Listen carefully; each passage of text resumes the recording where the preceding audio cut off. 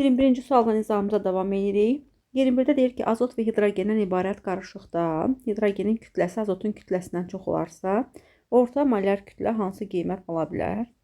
Deməli, bunu rahat həll eləməyin yolu nədir? Demək ki, bizim əlimizdə qaz qarışığı var. Qaz qarışığımız azot və hidrogendən ibarətdir və deyir ki, bu qarışıqda hidrogenin kütləsi azotun kütləsindən çox olarsa, əgər hidrogenin kütləsi azotun kütləsindən çoxdursa, onda belə deyək də, tutalım ki, məsələn, azotu 1 mol götürmüşük. 1 mol azot 28 qramdır. O zaman hidrogeni 28 qramdan bir qədər artıq kütlədə götürək. Məsələn, minimum düşünək ki, 29 qram götürmüşəm hidrogeni, yəni 14,5 mol götürmüşəm. Çünki 14,5 mol hidrogen neçə qramdır? 14,5-i 2-yə vuranda 29 qram edir də, düzdürmü? İndi mən 1 mol azot düşündüm 28 qram, 14,5 mol da hidrogen düşündüm. Bu da 29 qram eləcək və istənilən təqdirdə burada hidrogenin kütləsi azotun kütləsindən çox olacaq. Və belə olan halda mən M ortanı hesablayanda nəyə yazaram? M orta bərabərdir 1 mol azot 1 vurulsun 28, 14,5 mol hidrogen 14,5 vurulsun 2 bölürəm. Bu qaz qarışığı ümumi mol miqdarı cəmlə, yəni 15,5 mola. Çünki 1 mol azot 14,5 mol hidrogen cəm mənə verəcək 15,5 mol qaz. İndi buradan tənliyi həll eləsək, 29 ilə 28-in cəmi 57 verəcək. Böləcəm bunu 15,5-ə. Haradasa qiyməti alacam 3,6. İndi deyirsiniz ki, bu niyə görə minimum kütlə hesabladı? Deyir, hidrogenin kütləsi çox olsun. İndi gəlin növbəti halda maksimum kütləyə keçək. Yenə deyək ki, məsəl üçün, yenə 1 mol azotum var, 28 qram. Hidrogenin kütləsini daha çox götürək. Nə bilim, götürək, tutalım ki, məsəl üçün deyir, amma 1000 qram. Yəni 500 mol hidrogen götürək, bu 1000 qram eləyəcək də, düzdürmü? Mən bu səfər hidrogenin molunu artırdığıma görə, hidrogenin molu artanda, emiri kiçik olan qazın molunu artırdığıma görə M ortam get-gedə azalacaq. Yəni 3,6-dan daha kiçik M orta alacaq. Və mən maksimum 3,6 M orta ala bilərəm. Get-gedə hidrogenin kütləsini artırmaq istəsəm, hidrogenin kütləsini artırdıqca onun mol miqdarı artdığına görə hidrogenin emeri kiçik olduğuna görə M orta get-gedə azalacaq. Yəni maksimum 3,6 aldım, get-gedə kiçiləcək və deməli hansı qiyməti ala bilər? 3 ala bilər. 3 mümkündür. 3,6 falan da mümkündür. Amma 3,6-dan daha böyük, yəni 3,7, 3,8 daha ala bilmirəm də. Yəni ən çox 3 ala bilirəm. Daha doğrusu ən çox 3,6 ala bilirəm. Daha doğrusu burada verilən variantlara baxanda 3 varmı? Bəli, var. 3-ə düşə bilərəm. Necə? Hidrogenin molunu nə qədər çox götürsəm, yəni hidrogenin kütləsini nə qədər çox artırsam, M ortam get-gedə azalacaq və 3,6-dan kiçik qiymətlər alacaq. 3,6-dan da kiçik qiymət 3 gördüyümə görə cavabı D variantı götürəcəm. Yox, istəsəz gəlin bu 500 molla hesablama aparaq. Yəni tutalım ki, mən 1 mol azot götürmüşəm. Bu 1 vurulsun 28 qramdır. 500 mol hidrogen götürmüşəm. Bu 500 vurulsun 2-dir. Bunu böləcəm neçəyə? 501 mola.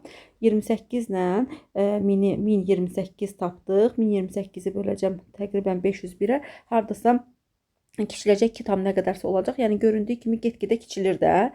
Yəni M orta 3,6-dan böyük qiymət ala bilmir. Ondan kiçik qiymət ala bilir də. Yəni 3,4, 3,5 və s. variantlara baxanda 3,6-dan kiçik qiymət 3 görürəm. Yəni 3,6-dan böyük olmaz. 4 mümkün deyil almaq. 5, 6, 8 mümkün deyil. Amma 3 mümkündür. Məsəl üçün mən 500 mol verdim, 1000 qram kimi düşündüm. Hə, bu eləyəcək artıq 1000 qram hidrogen, 28 qram da azot, 1028 qram kütlə elədi. Ümumi mol miqdarda 501 mol oldu. Böləndə ki, tam nə qədərsə aldıq. Yəni göründüyü kimi, deyək ki, məsəl üçün 2 aldıq. M orta get-gedə kiçilir. M orta get-gedə kiçilirsə, 3,6-dan kiçik qiymət D variantını götürə bilərik. 21-dən sonra keçirəm 22-ci çalışma nizamına. Hansı doğrudur? Dövrü cədvəldə qruplar üzrə yuxarıdan aşağı doğru gəldikcə əsas yarım qrup elementlərdə atom radiusu azalır. Xeyr, əksinə qrup daxilində yuxarıdan aşağı doğru gəldikcə radius böyüyür. Ona görə bu səhvdir. Elektromənfiliyi ən yüksək elementlər təsirsiz qazlardır. Təsirsiz qazlara biz elektromənfilik anlayışı aid eləmirik, amma iyonlaşma enerjisi anlayışını istifadə edə bilirik. Təsirsiz qazların iyonlaşma enerjisi dövr daxilində yüksək olur Çünki qrup bir qrupun daxilində yuxarıda soldan sağa doğru getdikcə, məsəl üçün deyək ki, məsəl üçün də daha doğrusu qrup yox, üzr istəyirəm, dövr daxilində daha doğrusu demək istəyirəm, dövr daxilində soldan sağa doğru getdikcə bilirik ki, iyonlaşma enerjisi get-gedə artmağa başlayır. Ona görə də hər bir dövrün daxilində baxanda soldan sağa doğru getdikcə sağ tərəfdə nə yerləşir? Halogenlərdən sonra təsirsiz qazlar gəlir də, düzdürmü? Təsirsiz qazlar üçün iyonlaşma enerjisi yüksəkdir deyə bilirik. Amma elektromənfi anlayışını biz təsirsiz qazlara aid edə bilmirik. Çünki dövr daxilində soldan sağa doğru getdikcə nə baş verir? Dediyimiz kimi iyonlaşma enerjisi artır və biz sırf iyonlaşma enerjisini təsirsiz qazlara aid edə bilirik. Elektromənfilik anlayışını təsirsiz qazlara aid eləyə bilmirik. Ona görə də elektromənfiliyi ən yüksək olan element deyəndə dövr daxilində soldan sağa halogenlər nəzərdə tutulur, amma iyonlaşma enerjisi ən yüksək olan hansılardır desələr, dövr daxilində soldan sağa təsirsiz qazlar nəzərdə tutulur. Çünki ən sonda təsirsiz qaz yerləşir. Ona görə də yəni B variantı səhv olacaq. Dövr üzrə soldan sağa atom radiyası artır, xeyr, əksinə azalırdı. İyonlaşma enerjisi ən böyük atom helyumdur, bəli. Çünki yenə deyirəm, dövr daxilində soldan sağa iyonlaşma enerjisi artır, qrup daxilində yuxarıdan aşağı iyonlaşma enerjisi azalmağa başlayır. İndi belə deyək də, biz fikir versək Mendeleyev cədvəlinə, helyum həm qrup baxımından 8-ci qrupda ən yuxarıda yerləşir, həmçinin də birinci dövrdə sağ tərəfdə yerləşir də, düzdürmü? Aha, ona görə də onun iyonlaşma enerjisi ən yüksək olacaq.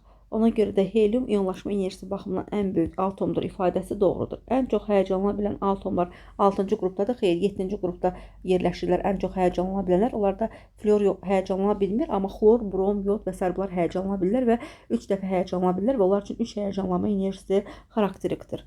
Burada doğru ifadə D variantında göstərilibdir. 23. Hansı qarışıq məhlul adlanır? Elə bir qarışıq seçməliyik ki, homogen qarışıq olsun. Niyə? Çünki məhlul homogen sistemdir. İndi baxmalıyıq ki, harada biz homogen sistemi görürük? Deməli, tolol suyla həll olunur. Heterogen qarışıq yaradır. Metan qeyri-polyar molekuldur, su polyar molekuldur. Bir-birində həll olmayacaq. Neft, su emulsiya yaradır.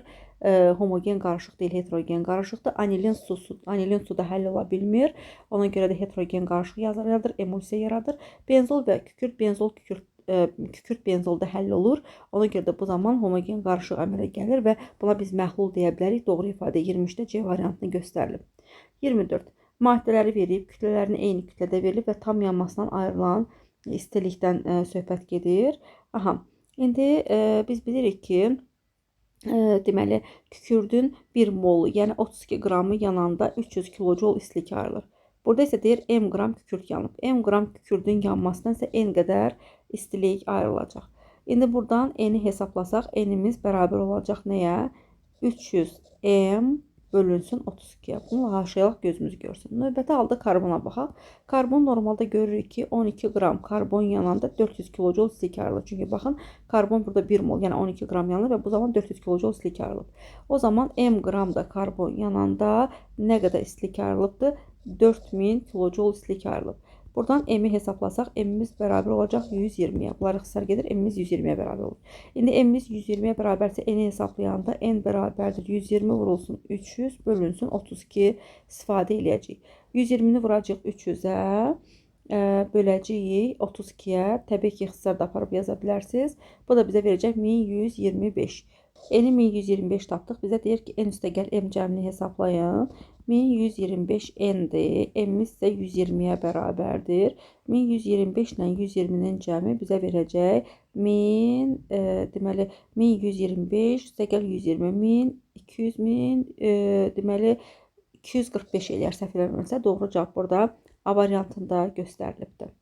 Növbəti digər çalışma ilə nizamımıza davam edirik. Çalışma ilə davam edirik. 25-ci çalışmada dəmir kixlorid duzu deyir. Bilirik ki, biz burada dəmir kixloridi hidrolizə uğratsaq, hidroliz deməli 2 mərhələdə həyata keçiriləcək. Burada qüvvətli turşu zəif əsas tərəfdir.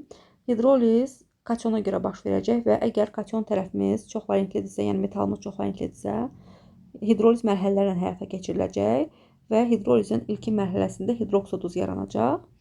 və reaksiyanı yazsaq, ferrum xlor 2 üstəgəl su, reaksiyanın birinci mərhələsində hidroksi duz yanacaq. Ferrum OH, xlor və H xlor əmələ gələcək. Bu oldu mənim birinci mərhələm. İkinci mərhələni yazmaq istəsək, düz onu bizdən soruşmur, amma maraq üçün yazıram.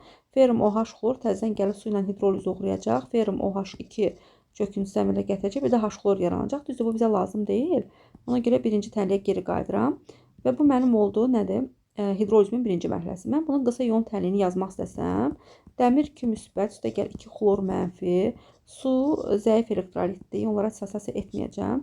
Çox cüzi miqdarda ionlara assosiasiya edir və biz bunu burada göstərmirik. Zəif elektrolit deyəndə əslində saf su ümumiyyətlə qeyri-elektrolit kimi düşünürəm, amma bəzi mənbələrdə zəif elektrolit kimi də yazılır. Yəni istənilən təqdirdə çox cüzi miqdarda ionlara assosiasiya edə bilər. Yəni ona görə də biz bunu tənliklərdə nəzərə almırıq. Nəticədə ferrum OH xlor əmələ gəldi. Biz bunu ferrum OH müsbət, xlor mənfi şəklində yazacağıq və H xlor da əmələ gəlib. Bunu da H müsbət, xlor mənfi şəklində yazdıq. Və burada eyni adlı ionlar ixtisar gedir. 2 xlor mənfi gəlib burada 2 dənə xlor mənfi ionlarla ixtisar gedəcək. Əlimizdə nə qalacaq? Dəmir 2 müsbət, üstəgəl H2O, əmələ gəldi ferrum OH müsbət, üstəgəlinsin H müsbət. Bax, bu şəkildə yazdıq. Burada qısa ion tənkdə əmsallar cəmliyində dəmir 2 müsbətin əmsalı 1, suyun əmsalı 1, ferrum OH müsbətin əmsalı 1, H müsbətin əmsalı 1, əmsallar cəmi 4-ə bərabər olacaq. Doğru cavab 25-də D variantında göstərilibdir. Çalışma nizamımıza davam edirik. Deyir, 2 qonşu sikl alkanın nisbi molekul kütlələri cəmi 28-in çıxılsın 42 olarsa. İkinci sikl alkanda S5, S5 orbital qapanma realının rabitələrin sayını tapın. Deməli, 2 qonşu sikl alkan deyir və N veriləndə qarışdırmamaq üçün sikl alkanları birincisini X-dan işarə eləyək. Deyək ki, CX, H2X veribdir. İkinci qonşu sikl alkansa birincidən bir dənə CH2 qrupu qədər fərqlənəcək. İkincini mən yazaram CX, H2X də gəlsin 1 CH2 qrupu. Onda CX, H2X üçün emeri 14X düşünək. İkinci üçün isə emeri 14X üstəgəl bir dənə CH2 qrupu. Bir dənə CH2 qrupunun kütləsi 14 olduğuna görə ikinci sikl alkanın emeri 14X üstəgəlsin 14 olacaq. Deməli, birinci sikl alkanın emeri 14X-dir. İkincinin emeri 14X üstəgəlsin 14-dür. Və bizə deyir ki, bunların kütləsinin cəmi 28-in çıxılsın 42 olarsa. Buradan tənliyi həll eləsək, 28X üstəgəl 14 bərabərdir. 28-in çıxılsın 42. Buradan 28X bərabər olacaq 28-in çıxılsın. 42 ilə 14 mənə verər nə qədər? 56. Buradan X-ımız bərabər olacaq N çıxılsın 2-yə. X-ımız N çıxılsın 2-dir. Deyir, ikinci sikl alkanda S5, S5 orbital qapanması üzrə yaranan rabitələrin sayını tap. İkinci sikl alkanda baxanda bilirik ki, S5, S5 sigma rabitələrin sayı, yəni S5, S5 deyəndə, yəni karbon-karbon arasındakı qeyri-polyar sigma rabitələrin sayı nəzərdə tutulur. S5, S5 sigma rabitələrin sayı karbon sayına bərabərdir. Yəni X də gəlinsin 1-ə bərabərdir. O zaman X-ımız N çıxılsın 2 olduğuna görə üzərinə də 1 gəlsək, bu mənə verəcək nə qədər? N çıxılsın 1. Onda doğru ifadə 26-da A variantında göstərilibdir. 27-də uyğunluq pozulubdur. Eten, etanol. Etenden etanolu almaq üçün mən onun üzərinə su gəlməliyəm. Suyu gələndə onu hidratlaşdırmış oluram. Çünki üzərinə su gəlmə hidratlaşma reaksiyasıdır. Etenden etanol alsaq, etenin üzərinə mən oksigen gəlsəm və reaksiyanı mis, dəmir, palladium katalizator iştirakında aparsam, buradan sirkə aldığı əmələ gələcək və bu oksidləşmə prosesidir. Etinin üzərinə su gəlsəm, civə duzları katalizator iştirakında sirkə aldığı alacağım. Bu su üzərinə gəldiyimə görə hidratlaşma reaksiyasıdır. Benzolun üzərinə propilen gələndə Friedel-Crafts reaksiyaları, buradan alkilləşmə prosesi həyata keçirilir və nəticədə kumul əmələ gəlir. İstəsəz lap reaksiyanı yaza bilərik. Benzolun üzərinə propilen gəlirik. Reaksiya nəticəsində əmələ gəlir nə? Kumul. Bax, belə bir izopropil benzol və ya kumul deyə bilərik buna. Bu da alkilləşmə reaksiyasıdır. Həqiqətən etanoldan etanolun alınması. Etanoldan mən etanolu almaq üçün onu nə etməliyəm? Deməli, üzərinə miski oksid gəlməliyəm. Belə ki, etanol birli spirtdir, bir atomu birli spirtdir. Mən onun üzərinə miski oksid gəlirəm və birli spirtlərin oksidləşməsi prosesi nəticəsində onlar aldehitə çevrilir. İkili spirtlərdə keton əmələ gəldi, birli spirtlərdə isə aldehit əmələ gəldir və reaksiya zamanı mis ayrılır. mis çıxır. Və bu zaman oksigen özünə 2 dənə H yoldaş axtarır. Hidrogenin biri OH qrupundan qopur, biri buradan qopur. Əmələ gəlir nə? CH3, CHO, yəni sirkə aldehidə əmələ gəlir və buna oksidləşmə reaksiyaları deyilir. Bu zaman spirt oksidləşir, reduksiya olunmur. Deyərsiniz, hardan bildik oksidləşir? Məsəl üçün, burada mis-2 oksidə baxsaq, mis müsbət 2 oksidləşmə dərəcəsindən mis neytral vəziyyətə, yəni kuprum vəziyyətinə gəlir və bu zaman mis müsbət 2-dən 0-a gəlir. Misin oksidləşmə dərəcəsi çoxdan aza gəldi, oldu oksidləşdirici. Mis-2 oksid oksidləşdirici olduğuna görə o gəlib etanolu oksidləşdirir və bu zaman etanol oksidləşir. Proses oksidləşmə prosesi olur, reduksiya prosesi olmur. Ona görə də səhv ifadə Y variantında göstərilibdir. 28-dən davam edirik. X2SO4 rulsun NH2O kristal hidratında hidrogen atomlarının sayı. Deməli, X2SO4 rulsun NH2O kristal hidratında hidrogen atomlarının sayı 2N-ə bərabərdir. Deyir, hidrogen atomlarının sayının oksigen atomlarının sayına nisbəti. Oksigen atomları deyəndə X2SO4-də 4 oksigen atomu var. N qədər H2O-da isə N qədər oksigen atomu var. 4 üstə gəl N qədər oksigen atomu oldu burada və deyir, bunların nisbəti 10 bölünsün 7-yədir. Buradan tənliyi həll eləsək 14 N bərabər olacaq. 10-u vuranda 4-ə eləyəcək 40. 10 da N-ə vuranda 10N. 14 N-dən 10N-i çıxanda 4N bərabərdir 40-a. N-imiz bərabərdir 10-a. N-imiz 10-a bərabərdirsə, biz formulu belə yazacaq. X2SO4 vurulsun 10H2O. İndi bizə deyir ki, bu kristal hidratın 1 molunda olan atomların sayını hesablayın. 1 molunda olan atomların sayını hesablasaq, X2SO4-də 2 mol X var, 1 mol kükürt, 4 molda oksigen var. 10 mol H2O-da isə 1 mol H2O-da 3 mol atom var. 10 molda isə 30 mol atom olacaq. Toplasaq bunları 34, 35, 36, 37 elədi. 37 mol atomumuz var. Hansı ki, bu da mol Na deməkdir də. 37 Na sayda 37 Na sayda cəm atom deməkdir. 37 Na sayda atom isə bizə D variantında göstərilibdir. 29-dan davam edirik. Deyir, A qram natrium hidroksid məhluluna B qram alüminium metalı daxil edildikdən sonra məhlulun kütləsi 8 qram artım müşahidə olunubdur. Məhlula əlavə olmuş alüminium nümunəsinin kütləsini hesablayın. İndi alüminiumdan natrium hidroksid məhlulunun reaksiyasını aparsaq, natrium hidroksid məhlulunun üzərinə alüminium gəlsəm, reaksiya nəticəsində natrium alüminat əmələ gələcək. Natrium alüminium O2 və H2 əmələ gələcək və buradan deməli hesablama aparsaq, deməli natrium sayı 1-dir. Deməli, oksigen sayı 2-dir. Hidrogen sayı 3 olduğuna görə mən bura 1,5 yazsam, hidrogen sayını 3-ə tamamlayıram. Və burada deməli deyir ki, natrium hidroksid, A qramlıq natrium hidroksid məhlulu var. Təsəvvürünüzə gətirin qabdır. Qabın içində A qramlıq natrium hidroksid məhlulu var. Və mən bura gətirib B qram alüminium daxil eləsəm, deyir, nəticədə məhlulun kütləsi 8 qram artmışdır. İndi natrium hidroksid məhluluna mən alüminium daxil eləyəndə, məsəl üçün düşünək ki, məsəl üçün deyirəm, 1 mol deməli natrium hidroksidin olduğu məhlula mən 1 mol alüminium daxil elədim və 1 mol alüminium daxil eləyəndə, sistemə 1 mol alüminium daxil eləyəndə deyirik ki, nə gözəl, məhlulun kütləsi 27 qram artmalıdır, amma 27 qram artmır. Niyə? Çünki 27 qram artım düşünsək də reaksiya nəticəsində bərabərliyin sağında 1,5 mol hidrogen əmələ gəlir və bu hidrogen burada qalmır, uçur gedir havaya.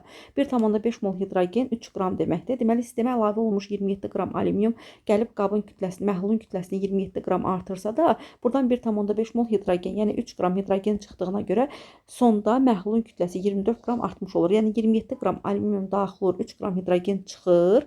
Nəticədə qabın kütləsi, məhlulun kütləsi 24 qram artmış olur. Bu nə zaman baş verir? Sistemə 27 qram alüminium əlavə olunanda. 27 qram alüminium əlavə olunanda 24 qram artım müşahidə olunursa, x qram alüminium əlavə olunanda 8 qram artım müşahidə olunacaq. Buradan x-imiz bərabərdir. Burada x-lar aparsaq, burada 3 qalacaq. 27-cə bölsə 9. Deməli, sistemə əlavə olunmuş alüminium kütləsi 9-a bərabərdir. Bu da bizə 29-da B variantında göstərilibdir. 30-dan davam edirik. Hansı reaksiyada proses aparılan qabın həcmini 2 dəfə azaldılması reaksiyanın sürətini 8 dəfə artırar. Deməli, əvvəlcə biz burada gəlin reaksiyalar yazaq. Məsəl üçün, azotun üzərinə 3 mol hidrogen gəlsə, 2 mol amonyak əmələ gəlir və biz bilirik ki, qabın həcmi deyəndə S bərabərdir N bölünsün V düsturuna görə qabın həcmi azaldılanda avtomatik qatlığı artır. Hansı maddələrin qatlığı artır? Bərabərliyin solunda duran qaz aqreqat halda olan bütün maddələrin qatlığı artır.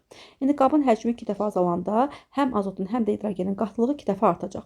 O zaman azota görə sürət 2/1, yəni reaksiyanın sürəti bilirsiniz də, qatılıq üstü əmsal qədər dəyişir. Yəni kinetik tənliyə görə mən burada necə yazaram? Kinetik tənliyi V bərabərdir K vurulsun, azotun qatılığı vurulsun, hidrogenin qatılığının kubu. Düzdürmü? Aha, belə yazarıq da. Və reaksiyanın sürəti qatılıq üstü əmsal qədər dəyişir. Yəni göründüyü kimi, bax burada mən kvadrat mötərizədə azotun qatılığını yazmışam, kvadrat mötərizədə, və azotun əmsalı 1 olduğuna görə üstə 1 yazmışam. Və ya da heç bir sözünü, birini yazmasaz da olar. Və ya da ki, kvadrat mötərizədə hidrogenin qatılığını göstərmişəm, hidrogenin əmsalı 3 olduğuna görə onu kuba yüksəltmişəm. V bərabərdir K vurulsun, azotun qatılığı üstü 1 vurulsun, hidrogenin qatılığının kubu. Və ya da ki, reaksiyanın sürəti qatılıq üstü əmsal qədər dəyişir deyə bilərik. Qatılığımız 2 dəfə artanda azota görə sürət 2 üstü 1, hidrogenə görə sürət 2 üstü 3. Yəni ümumilikdə reaksiyanın sürəti 2 üstü 4 qədər dəyişəcək. 2 üstü 4 neçəyə bərabərdir? Hardasa 2 üstü 4, 2-dən 2 4, 4-dən 2 8, 8-dən 2 16. Onda reaksiyanın sürəti 16 dəfə neyər? Artar. Mənə lazımdır ki, 8 dəfə artsın. O zaman A variantı ödənmədi. Gəlin fərqli bir rənglə B variantını yoxlayaq. Yəni reaksiyalar bir-bir yoxlayıb tapmaq lazımdır sadəcə olaraq. Əslində belə deyək də, əslində əmsallar cəmi 3 olsa, qatılıq üstü əmsal deyəndə 2 üstü 3, reaksiyanın sürəti 8 dəfə də arta bilər. Ona görə mən elə bir reaksiya axtarmalıyam ki, əmsallar cəmi 3 eləsin. Amma yenə də gəlin bunları bir-bir yoxlayaq. Məsəl üçün amoniyakka baxsanda 2 mol amoniyak parçalandı. Reaksiya nəticəsində 1 mol azot əmələ gəldi. 3 mol da hidrogen yarandı. Düzdürmü? Deməli, bax nə baş verdi. Deməli, daha səliqəli yazaq. 2 mol amoniyak parçalandı. 2 mol amonyak parçalandı. Reaksiya nəticəsində 1 mol azot əmələ gəldi və 3 mol da hidrogen yarandı və burada V bərabərdir K vurulsun amonyakın qatılığının kvadratı olduğuna görə mən qabın həcmini 2 dəfə azaldanda bərabərliyin sonunda duran amonyakın qatılığı 2 dəfə artacaq və reaksiyanın sürəti qatılıq üstü əmsal, yəni qatılığı 2 dəfə artırdığımıza görə amonyakın əmsalı 2 olduğuna görə reaksiyanın sürəti 2 üstü 2, yəni 4 dəfə artmalı idi. Amma burada 8 dəfə deyir. İndi baxın D variantını yoxlayanda D variantına görə 2 mol CO, 1 mol oksigenlə reaksiya girir, 2 mol CO2 əmələ gətirir. Yenə deyirəm, S bərabərdir nü bölünsün V düsturuna görə qabın həcmi 2 dəfə azaldılanda qatılıq 2 dəfə artacaq. Hansı maddələrin qatılığı 2 dəfə artacaq? Həm CO-nun, həm də oksigenin. O zaman CO-ya görə sürət qatılıq üstü əmsal 2 üstü 2, oksigenə görə sürət qatılıq üstü əmsal, qatılıq 2 dəfə, əmsal da 1 olduğuna görə 2 üstü 1. Reaksiyanın ümumilikdə sürəti 2 üstü 3 qədər dəyişəcək. 2 üstü 3 isə 8 deməkdir. Deməli, reaksiyanın sürəti 8 dəfə artacaq. D variantında göstərilibdir. 30-da da doğru cavab D variantı olar. 31.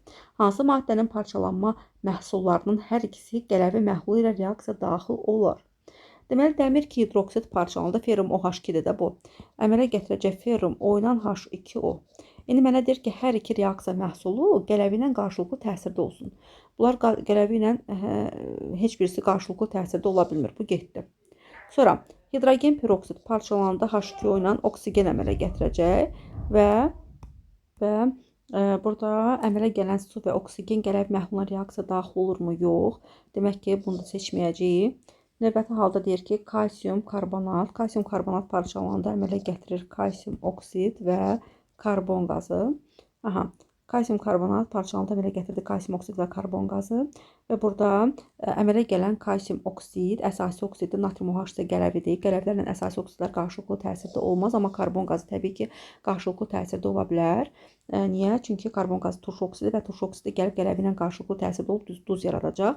Sink karbonat parçalananda sink oksid və karbon qazı əmələ gətirir və sink oksid amfoter oksiddir, karbon qazı isə turş oksiddir. Amfoter oksidlər qələvlərlə reaksiya daxil ola bilirlər. Həmçinin karbon qazı da turş oksid olduğuna görə qələvi məhluluna təbii ki, reaksiya daxil olacaq. Hər ikisinin reaksiya daxil olduğu 31-də D variantında göstərilibdir. Alüminium hidroksid parçalananda alüminium KO3 və su yaradır. Alüminium KO3 amfoter oksiddir. Qələvi ilə reaksiya daxil olsa belə, su ilə qələvi qarşısında qarşılıqlı təsir reaksiyası baş vermədiyinə görə suya görə bunu götürə bilmirik. Doğru ifadə D variantında göstərilibdir. Oskidə deyir ki, verilmiş temperaturda həll olma əmsalı 1000 qram litr olan duzun A qram doymuş məhluluna neçə qram su əlavə etmək lazımdır ki, 40% məhlul alınsın. Deməli, verilmiş temperaturda deyir həll olma əmsalı 1000 qram litr olan duz. KH-ın 1000 qram litr olmağı nə deməkdir? Həmişə deyirəm ki, KH-ı oxumağı bacarmaq lazımdır. Necə? KH-ın 1000 qram litr olmağı demək, o demək ki, 1 litr, yəni 1000 qram su, qarşıda yazılan 1000 qram duzla birlikdə 2000 qramlıq doymuş məhlul yarada bilər və 2000 qramlıq doymuş məhlulun 1000 qramı duzdursa, o zaman A qramlıq doymuş məhlulun gəlin görək nə qədəri duzdan ibarətdir. Buradan 2000-in 1000 qramı duzsa A qramın x qədəri duz olacaq. Buradan tənliyi həll eləsək, x bərabərdir 0,5 A-ya. Bu demək ki, A qramlıq doymuş məhlulun 0,5 A qramı duz olacaq, 0,5 A qramı da sudan ibarət olacaq. İndi deyir ki, bura neçə qram su əlavə etmək lazımdır ki, 40% məhlul alınsın. İndi əldə edəcək məhlul 40% olmalıdır. 40% məhlul bərabərdir. Mən bura su əlavə etməliyəm. Demək ki, duza dəymirəm. Duzum 0,5 A qramdır, bəli. Onda 0,5 A qramlıq duzu yazıram məxrəcə. Daha doğrusu sürətə, üzr istəyirəm, sürətə. Bəs məxrəcə nə yazacağam? Məxrəcə də A qramlıq məhlulum var və bunun üzərində bilmədiyim qədər deyək ki, B qram su əlavə eləmişəm. Və deyir ki, bura əlavə olan suyun kütləsini hesabla, yəni B qramlıq suyun kütləsini hesabla. Onda 40% bərabər olur nəyə? 0,5 A qədər duz bölünsün A qram məhlul üstə gəl B qram su vurulsun 100%-ə. Buradan tənliyi həll eləyirik. 100-dən 40 xissar gedir. Qalır 0,4. Burada 0,4-ü mən vursam elə bil A-ya 0,4 A üstə gəl 0,4 B bərabər olacaq 0,5 A-ya. Buradan 0,1 A bərabərdir 0,4 B-yə. Buradan B-miz bərabərdir neçəyə? Bunlar ixtisar getsə, B-miz bərabər olacaq 0,125 A-ya. Mənə deyir ki, əlavə olan suyun kütləsini hesabla 0,125 A qədər su əlavə etməli olacağam. Bu da doğru cavab kimi 32-də B variantında göstərilibdir. 34-lə davam edirik. Gəlin onlara baxaq. Birinci növbədə bilməliyik ki, C6H5 olmalıdır burada. Çünki aromatika deyəndə biz benzol həlqəsini nəzərdə tuturuq və bura bir hər hansı bir radikal birləşmədir. Bu radikal ola bilər alkil radikalı olsun, ola bilər olsun, deməli vinil radikalı ola bilər, hər hansı bir doymamış başqa bir radikal olsun. Əsas odur ki, aromatik karbohidrogen deyəndə biz aromatik həlqə, yəni benzol həlqəsini beynimizdə canlandırmalıyıq. Yəni C6H5 mütləq olmalıdır. Ona görə 3-ü götürə bilərik. C6H5 CH2 qat rabitə CH2. Bu stiroldur. Düzdür, stirol aren deyil. CNH2-nin çıxılsın 6 formula malik deyil, amma ona baxmayaraq aromatik karbohidrogendir. Aromatik, yəni fenil radikalı var da burada C6H5 hissəsi var. Yəni benzol həlqəsi mövcuddur burada. Ona görə də 34-də hələ ki düşünürəm ki 3 olacaq. Aha. Daha sonra nəyə baxırıq? Deməli, C6H6 benzolun özüdür. Deməli, bu da olacaq. Deməli, 2 də var, 3 də var. 4-ə baxanda tololdur. C6H5 bir aromatik həlqə görürük burada. Yəni, benzol həlqəsi görürük və bura bir CH3 alkil radikalı birləşdirmişik və əmələ gələn maddə artıq olacaq tolol. Ona görə də 2, 3, 4 olacaq cavab Y variantı. Amma 5 nəyə görə olmayacaq? Ona görə ki, 5 fenoldur. Fenol aromatik karbohidrogen deyil. Aromatik birləşmədir, amma karbohidrogen deyil. Niyə? Çünki oksigeni var. Karbohidrogen nədir? Tərkibində karbon və hidrogen olmalıdır da. Burada oksigen var artıq. Karbohidrogen deyəndə ancaq karbon və hidrogen olmalıdır. C6H11, C2H5 niyə nəzərdə tutulmur? Çünki bu siklo alkan olacaq. CNH2N çıxılsın. Daha doğrusu CNH2 formula malik olacaq. CNH2 necə yazaraq qısa şəkildə 6,2,C8, H16 olmalıdır. 11 burada, 5 də burada, C8, H16 oldu. Elə bir bu siklo alkandır da. Elə bir siklo alkan yazacaq bunu. Belə bir yazarıq. Məsəl üçün siklo heksanı, sonra bura bir radikal birləşdirərik. Radikalımız olacaq C2H5. Onda bu olacaq nə? Etil siklo heksan. Etil sikloheksan düşündük bunu. Yəni bu aromatik karbohidrogen deyil. Karbohidrogen də siklik oluşludur, amma siklo alkandır. Aromatik karbohidrogen deyil. Aromatik karbohidrogen olması üçün onun mütləq benzol həlqəsi olmalıdır. Yəni C6H5 hissəsini mütləq göstərmək lazımdır. Ona görə də uyğun olaraq doğru cavabı Y variantı seçərik. 35-dən davam edirik. XOH 2 mənfi ionunda 42 elektron olduğunu bilərək X elementinin dövrü cədvəldə yerini təyin et. Deməli, XO3 2 mənfi ionu. Burada X-in X qədər elektronu var. Oksigenin 8 vurulsun 3. İndeksdə 3 var axı. O qədər elektronu var. Üzərinə gələcək mənfi 2 yükləmə o demək ki, 2 elektron qəbul edib. Üzərinə 2 gələcək. Cəm bizə 42 elektron verəcək. Buradan X üstə gəlinsin 24 bərabər olacaq 40-a. X-imiz bərabər olacaq 16-ya. X-in sıra nömrəsi 16 olduğuna görə 16-ya uyğun elektron formulu nə yazarıq? 16-dırsa qabaqdan 1s2, 2s2, 2p6 zaten 10 elektron getdi. Yerdə qalan 3 elektronu da 3s2, 3p4 şəklində yazarıq. Bu olacaq 3-cü dövr 6-cı qrupun əsas yarım qrup elementi. 3-cü dövr 6-cı qrupun əsas yarım qrup elementi. Burada bir yəqin ki, səhv düşübdür. 3-cü dövr 6-cı qrup D variantında göstərilibdir. 36-dan davam edirik. Hidrogen və azotdan ibarət 21 mol qarışığın reaksiyasından sonra 15 mol qarışıq qaz qarışığı alınmışdır. İndi bu məsələlərdə müəllimlər həmişə dəfələrlə demişik ki, azalan əmələ gələn amonyakı göstərir. Bunun qaydası bu şəkildədir. Yəni azotla hidrogen reaksiya girib amonyak əmələ gətirəndə ortadakı azalma deməli əmələ gələn amonyakı göstərir. 21 idi, 15 olubsa son qaz qarışığı, bax 21-dən 15-ə gəlmişik. Nə qədər azalma müşahidə olunub? 6 mol azalma müşahidə olunub. Demək ki, 6 mol amonyak əmələ gəlibdir. Reaksiyanı yazırıq. 1 mol azot, 3 mol hidrogenlə reaksiya daxil olub, 2 mol amonyak əmələ gətirər. Yazıram. Başlanğıc, sərf, son. Dedik ki, sonda nə qədər amonyak əmələ gəlməlidir? Aradakı fərq qədər, yəni azalan əmələ gələn amonyakı göstərir. Deməli, 6 mol amonyak əmələ gəlməlidir. İndi normalda biz bilirik ki, 2 mol amonyak əmələ gələndə 3 mol hidrogen sərf olunur. O zaman 6 mol amonyak əmələ gələndə nə qədər hidrogen sərf olunacaq?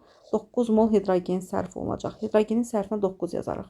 Bundan başqa 2 mol amonyak əmələ gələndə 1 mol azot sərf olunursa, 6 mol amonyak da əmələ gələndə təbii ki, 3 mol azot sərf olunacaq. Azotun sərfinə 3 yazdıq. Və bizə deyir ki, hidrogen tam sərf olunmuşdur. Hidrogen 9 mol sərf olunursa, tam sərf olunursa, deməli hidrogenin əvvəli 9 olub. Bu 9-un 9 da sərf olunub, sonunda hidrogen qalmayıb. Hidrogen çünki deyir tam sərf olunubdur. İndi ilkin qarışığımız 21 mol idi. Bunun 9 molu hidrogen olubsa, o zaman 21-dən 9 çıxarıq. Yerdə qalan hissə olacaq nə qədər? Deməli 21-dən 9-u çıxsaq, bizə verəcək. Deməli, bu yerdə qalan hissə, yerdə qalan mol, yəni 12 mol təbii ki, azotu göstərəcək. Onda belə çıxır ki, əlimizdə əvvəlcədən 12 mol azot olubdur. Bunun 3 mol gedəndən sonra 12-dən 3 çıxanda həqiqətən görəcəksiniz ki, 9 mol sonda azot artıq qalacaq. 6 mol da amonyak əmələ gəlsə, 9-dan 6-nın cəmi son qaz qarışığının 15 mol olduğunu işarə edir. Yəni, demək ki, məsələni doğru həll eləmişik. Deməli, bu məsələləri rahat həll eləmək üçün aradakı fərqə baxmalısınız. Əvvəlki qazdan sonraki qazı çıxanda ortadakı azalma əmələ gələn amonyakdır. Əmələ gələn amonyaka görə solda duran maddələrin sərfini tapıb məsələni davam edirsiniz. İndi deyir ki, son qaz qarışığında artıq qalan qazın atom sayının məhsulun atom sayına nisbətini hesablayın. Son qaz qarışığında 9 mol azot artıq qalacaq. 9 mol azotda 18 mol azot atomu mövcuddur. Bunun deyir məhsuldakı atom sayına. Məhsulumuz amonyakda 6 mol nədir? Amonyak əmələ gəlibdir. 1 mol amonyakda nə qədər atom var? 4 mol atom var. 1 mol amonyakda 4 mol atom varsa, 6 mol amonyakda da təbii ki 24 mol. Baxın, yazdım. Hətta tənasib də qurdum aşağıda.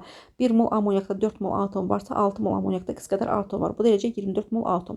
Demək ki, əmələ gələn amonyakda 24 mol atom var. Deyir, bunların nisbəti, yəni 18-in 24-ə nisbəti neçə verəcək? 0,75 verəcək. Bu da bizə 36-da C variantında göstərilibdir. 37. Yanlış fikir göstərin. Katalizator reaksiyanın aktivləşmə enerjisini dəyişir. Bəli, həqiqətən katalizator aktivləşmə enerjisini dəyişir. Bu doğru ifadədir. Yəni, katalizator aktivləşmə enerjisini aşağı salır. Bu doğru ifadədir. Mənə səhv ifadə lazımdır. Katalizator reaksiyanın entalpiyasını dəyişir. Ümumiyyətlə, katalizator reaksiyanın entalpiyasına təsir göstərməz. Tarazlığa, entalpiyə və s. təsir göstərməyəcək. Yanlış ifadə B variantıdır. Gəlin görək digərlər niyə doğrudur. İki fərqli bərk maddə arasında baş verən reaksiya heterogendir. Bəli, ümumiyyətlə, harda bərk görsəz, onlara heterogen götürün. Təzyiq reagentlər qaz halında olduqda reaksiya təsir göstərir. Bəli, təzyiq təbii ki, reaksiyaya təsir göstərə bilir. Temperaturun artması kimyəvi tarazlığı endotermik reaksiya istiqamətinə yönəldir. Bəli, əgər reaksiya mənfi Q, yəni endotermikdirsə, temperatur artanda tarazlıq sağ tərəfimə, yəni deməli endotermik istiqamətə yönələcək. Ona görə də Y variantı doğrudur. Əgər mənim sol tərəfim mənfi Q olsa, yenə də temperatur artıranda reaksiya mənfi Q tərəfə, yəni sola yönələr. Yəni istənilən təqdirdə temperaturun artırılması reaksiyanı endotermik istiqamətə yönəldəcək ifadəsi doğrudur. Səhv ifadə B variantında göstərilibdir. 38-də deyir ki, suda məhlulda tam dissosiasiya zamanı eyni sayda anion ayrılar. 2 mol kalium xloriddə 2-ni xlorun indeksdəki 1-ə vuranda 2 mol xlor mənfi iyonu əmələ gəlir. 2 mol kalsium xlor-2-də isə 2-ni xlorun indeksdəki 2-yə vuranda 4 mol anion əmələ gəlir. Deməli, eyni olmadı. Bu səhvdir. Sonra 1 mol dəmir 3 nitratda, biri dəmir 3 nitratda NO3-ün indeksdəki 3-ə vuranda 3 mol anion əmələ gəlir. 1 mol kalsium xlor-2-də isə biri xlorun indeksdəki 2-yə vuranda 2 mol anion əmələ gəlir. 3 moldan 2 mol bir-birinə bərabər olmadı. Bu səhvdir. İndi mən axtarmalıyam hansında eyni qədər olacaq. 2 mol natrium xlorda xlorun indeksdə 1 var. Anion deyəndə xlor nəzərdə tutulur da bildiyimiz kimi. 2-ni xlorun indeksdəki 1-ə vuranda 2 mol xlor mənfi iyonu verdi. 1 mol dəmir xloriddə biri xlorun indeksdəki 2-yə vuranda 2 mol xlor mənfi iyonu yenə burada da əmələ gəldi. Xlor iyonlarının mol miqdarı bir-birinə bərabər olan hal C variantında göstərilibdir. 2 mol natrium nitratda 2-ni NO3-ün indeksdəki 1-ə vuranda 2 mol anion əmələ gəlir. 0,5 mol kalium sülfatda isə SO4 2 mənfi ionları, SO4-ün indeksində 1 var da, düzdürmü? 0,5-i 1-ə vuranda 0,5 qədər anion oldu. 2 ilə 0,5 bərabər olmadı, bu səhvdir. 1 mol natrium sulfitdə 1-i kükürdün indeksindəki 1-ə vuranda 1 mol kükürd 2 mənfi ionları yaranır. 2 mol natrium kalium sülfatda isə SO4-ün indeksində 1-dir. 2-ni 1-ə vuranda 2 mol deməli anion əmələ gəldi. 2 mol anionla 1 mol anion bir-birinə bərabər deyil. Bərabər olan C variantını gördük. Çünki 2 mol natrium xloriddə 2 mol xlor mənfi, 1 mol dəmir 2 xloriddə də 2 mol xlor mənfi ionu var və bir-birinə bərabər olan C variantını göstərilir. 39. Hansı maddələr qarşılıqlı təsirdə olanda oksidləşmə reduksiya reaksiyası yəni baş verir? Burada nəyə diqqət edəcəksiniz? Deməli, belə deyək də, kalsium oksid H-xlorla reaksiyaya girəndə sadəcə buradan duz əmələ gəlir, kalsium xlorid və su. Heç bir elementin oksidləşmə dərəcəsi dəyişmir. Ferrum K4 H-xlorla reaksiyaya girəndə ferrum xlor 2, ferrum xlor 3 və H2O əmələ gəlir və ferrum 3O4-ü siz ferrum O vurulsun ferrum 2O3 kimi təsəvvür elərsiniz. Burada heç bir oksidləşmə dərəcəsi dəyişmir. Niyə? Ferrum O-da dəmir müsbət 2-dir, ferrum xlor 2-də də müsbət 2-dir. Ferrum 2O3-də dəmir müsbət 3-dür, ferrum xlor 3-də də müsbət 3-dür. Yəni dəmir müsbət 2, müsbət 2, müsbət 3, müsbət 3 dəyişmədi. Həmçinin H-xlorda hidrogen müsbət 1, xlor mənfi, sağda da H2O-da hidrogen müsbət 1-də, ferrum xlor 3-də, ferrum xlor 2-də mənfi 1-də, oksigen də zaten mənfi 2-dir, dəyişmədi. Ona görə baxmayacaq. Natrium hidroksidlə sink hidroksid reaksiyaya girəndə natrium sinkat yaranır. Natrium 2, sink O2 şəklində yazırıq və burada heç bir elementin oksidləşmə dərəcəsi dəyişmir. Natrium müsbət 1-dir, burada da, sink müsbət 2-dir, burada da həmçinin müsbət 2-dir, dəyişmədi. Kalsium karbonatla H-xlor reaksiyaya girəndə burada da dəyişiklik olmur. Kalsium xlorid əmələ gəlir, bir də karbonat turşusu yaranır. Onu karbon qazı və su şəklində yazırıq və karbon müsbət 4-dür, kalsium karbonatda, karbon qazında da müsbət 4-dür və s. yəni dəyişmir. Amma natrium hidroksid NO2 ilə reaksiyaya girəndə burada natrium nitrat, natrium nitrit və su maddəsi əmələ gəlir və burada azot NO2-də müsbət 4-dür, natrium NO3-də müsbət 5-dir. Natrium NO2-də isə, baxın, natrium NO2-də hesablamaq istəsəz, azot 2-dən 2-nin 4, 4-dən 1 çıxsaq müsbət 3 olmalıdır. Azot müsbət 4-dən gah müsbət 5-ə, gah da müsbət 3-ə gəlir. Bir cür oksidləşmə dərəcəsindən 2 cürəyə keçir. 1-dən 2-yə keçmə disproporsiya tipli, yəni öz-özünə oksidləşmə reduksiya reaksiyasıdır və burada oksidləşmə dərəcəsi dəyişdiyinə görə E variantını seçəcəyik. Növbəti 40-a baxırıq. Azonatordan 6 mol oksigen qazı keçirildi. 20% çıxımla alınan azon suyun təmizlənməsinə sərf olundu. Suyun 1 litrinin təmizlənməsinə 4 mg azon sərf olunarsa, təmizlənmiş suyun həcmini tapın. Deməli, deyir ki, suyun 1 litrinə 4 mg azon lazımdır.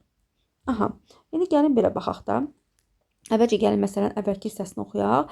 Azonator cihazından 6 mol oksigen qazı keçirildi. Deməli, oksigen azonator cihazından keçirildi. Bilirik ki, 3 mol oksigen, 2 mol azon əmələ gətirir. Yazıram, başlanğıc, sərf, son. Deyir ki, 6 mol oksigen keçirildi və 20% çıxımla reaksiyanı həyata keçiriləcək. Yəni, bu demək ki, oksigenin 20% sərf olunub. 6-nın 20%-i 1,2 mol oksigenin sərfi deməkdir. Bu zaman oksigendən 4,8 mol artıq qalacaq.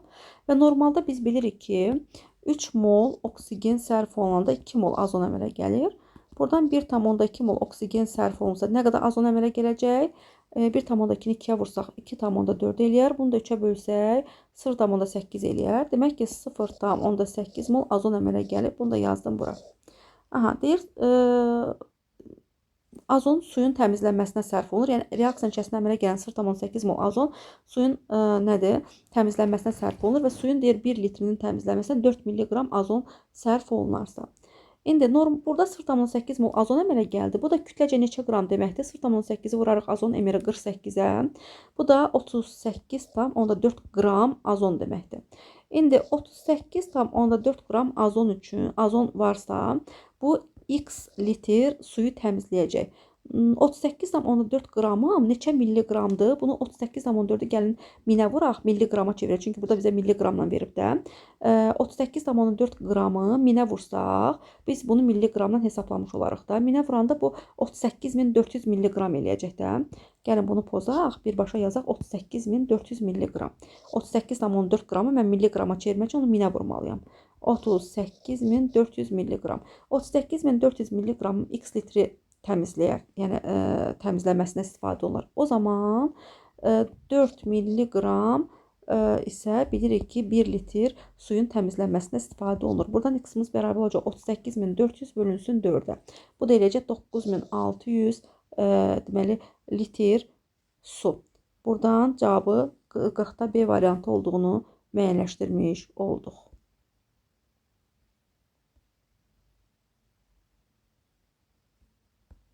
HM sınağında 14-cü və 33-cü tapşırıqlar düşməmişdi. Ona görə onların izahını buradan vermək istədim. Deməli, 14-cü çalışma necə olacaq? Deyir ki, diazot monoksid və azot monoksiddən ibarət qarışıqda molekul sayı atom sayından 2,4 dəfə azdır. Deməli, diazot monoksid deyir. Diazot monoksid N2O və azot monoksid NO. Biri X mol, birində Y mol düşünək. Çünki bilmirik axı nə qədərdir molları. Deyir, bu qarışıqda molekul sayı, yəni başqa cür desək mol sayı, yəni deyək ki, X üstəgəlsin Y mol sayımız var. Bu deyir, atom sayından 2,4 dəfə azdır. Yəni, molekulların sayını və yaxud da ki, molların sayını atomların mol sayına böləndə 1 bölünsün 2,4 almalıyıq. Çünki 2,4 dəfə azdır o demək ki, yəni 2,4-ə bölməliyik də. Atom sayı nə qədərdir? N2O-da 3x qədər atom var, NO-da da 2y qədər atom var. Deməli, mol miqdarını atomların mol miqdarına böləndə, maddələrin özünün mol miqdarından atomların mol miqdarına böləndə 1 bölünsün 2,4 almalıyıq. Və yaxud da ki, başqa cür desək, molekulların sayı atomların sayı 2,4 dəfə azdır. O deməkdir ki, yəni atomların sayı 3x-də gəlsin 2y, molekulların sayından, yəni x üstəgəlsin y-dən 2,4 dəfə az yəni çox olmalıdır. Yəni atom sayı demək molekul sayından 2,4 dəfə çoxdur da. Əgər maddənin molekullarının sayı atomların sayından 2,4 dəfə azdırsa, deməli atomların sayı molekulların sayından 2,4 dəfə çox olacaq. Yəni atomların sayını 3x üstəgəl 2y yazsaq, bunu biz molekulların sayına, yəni x üstəgəlsin y-ə bölsək, bu bizə 2,4 verməlidir. Yəni 2,4 dəfə çox olacaq da. Bu azdırsa, digəri çoxdur da, belə düşünək. Tənliyi həll eləsəniz, görəcəksiniz ki, 3x üstəgəl 2y bərabərdir 2,4x üstəgəl 2,4y. Yenə deyirəm, belə də yaza bilərsiniz. Sadəcə birdən deyirsiniz ki, 1 bölünsün 2,4 mənə çatmadı, çətin oldu. Ona görə bu şəkildə də izah eləyə bilərik də, eyni şeydir. Eyni nəticəyə gələcək. Buradan tənliyi həll eləsək, 0,6x bərabərdir 0,4y. İxtisarımızı aparsaq, y-imiz bərabər olacaq 1,5x-ə. İndi deyir ki, qarışıqda şənləndirici qazın mol payını faizlə tapın. Şənləndirici qazımız N2O-dur. N2O-muz x moldur. X molu böləcəyik bu qazların ümumi mol miqdarlarının cəminə, yəni x üstəgəl y-ə vuracaq 100% və mol payını tapacaq. Mol payını tapmaq üçün fi bərabərdir. Bizdən soruşulan maddənin molunu bölürük ümumi maddələrin mol miqdarına, vururuq 100%. İndi buradan fi bərabər olacaq. X bölünsün x üstəgəl y-in yerinə 1,5x yaza bilərik, vurulsun 100%. İndi 1x-i 2,5x-ə bölüb 100%-ə vursaq, təbii ki, mənə 40% verəcək. Doğru cavab 14-də B variantında göstərilibdir. 33 ilə davam edirik. 33-ü gəlin fərqli bir rənglə yazaq ki, qarışdırmayaq da bunlarla. Deyir, həcmi 2 litr olan qabda azot və oksigen reaksiyası zamanı məhsulun tarazlıqda olan mol miqdarı reagentlərin hər birinin tarazlıqda olan mol miqdarından 2 dəfə azdır. Deməli, azotla oksigenin reaksiyasını aparıram, əmələ gəlir NO, əmsallaşdırıram 2 qoyuram bura, başlanğıc sərt tarazlıq. Qabın həcmi 2 litrdir, onu mütləq yazaq. Deyir ki, qabın həcmi 2 litrdir, qabda azot və oksigenin reaksiyası zamanı məhsulun tarazlıqda olan mol miqdarı reagentin hər birinin tarazlıqda olan mol miqdarından 2 dəfə azdır. İndi biz həmişə tarazlıq məsələlərində necə deyirdik müəllimlər? Deyirdik, hər öz əmsalı qədər məhsuldan yaranır. NO-nun əmsalı 2 isə deyək ki, 2x qədər NO əmələ gəlir. 2x qədər NO əmələ gəlibsə, deyir ki, NO-da hərəsindən həm azotdan, həm də oksigenin 2 dəfə azdır. Onda belə çıxır ki, azot da 4x olub, oksigen də 4x olub ki, həm 4x-dən 2 dəfə az 2x qədər NO olub, həm də 4x oksigenin 2 dəfə az 2x qədər NO olubdur. Başqa cür desək, əgər NO 2x-dirsə və bu azot oksigendən 2 dəfə azdırsa, deməli azot oksigen bundan 2 dəfə çox olacaq da. O zaman 2x qədər NO-muz varsa, onda 4x qədər azot olmalıdır və ya 4x qədər də oksigen olmalıdır. İndi bu oldu bizim nəyimiz? Mol miqdarımız. İndi qabın həcmi 2 litr olduğuna görə mən qatılığı hesablayanda S bərabərdir n bölünsün V düsturuna görə NO-nun qatılığını hesablayanda onun mol miqdarı 2x-i bölərəm qabın həcmi 2-yə, taparam x qatılıq NO üçün. Bu NO-nun ki oldu. Yaxşı, N2-nin qatılığı neçəyə bərabərdir? 4x qədər mol miqdarı var. Nü bölünsün V düsturuna görə bunun mol miqdarını böləcəm qabın həcmi 2-yə. Tapacam 2x qədər qatılıq azot üçün. Bəs oksigenin qatılığı neçəyə bərabərdir? O da 4x bölünsün 2, 2x-ə bərabərdir. Aha, hamısını tapdıq. İndi KT-nin düsturunu gəlin qoyaq yerinə. Onu da bir fərqli rənglə yuxarıdan yazım. Çünki yerimiz çatmadı. Əslində buradan yaza bilərəm. KT bərabərdir. Sağ bölünsün sol qaydası. Sağda NO-dur. Tarazlıq qatılığını x tapdım. Əmsal 2 olduğuna görə kvadrata yüksəldirəm. Bunu bölürəm. Azotun tarazlıq qatılığı 2x-dir. Əmsal 1 olduğuna görə 2x yazıram. Oksigenin tarazlıq qatılığı 2x-dir. Əmsal 1 olduğuna görə 2x yazıram. Yəni nəyəsə qüvvətə falan yüksəldə bilmirəm də. O zaman x-in kvadratı buradakı x-lərdən xısar gedir. 1 bölünsün 4 qalır. 1 bölünsün 4 də 0,25-dir. Hansı ki doğru cavab kimi C variantında göstərilibdir. Belə.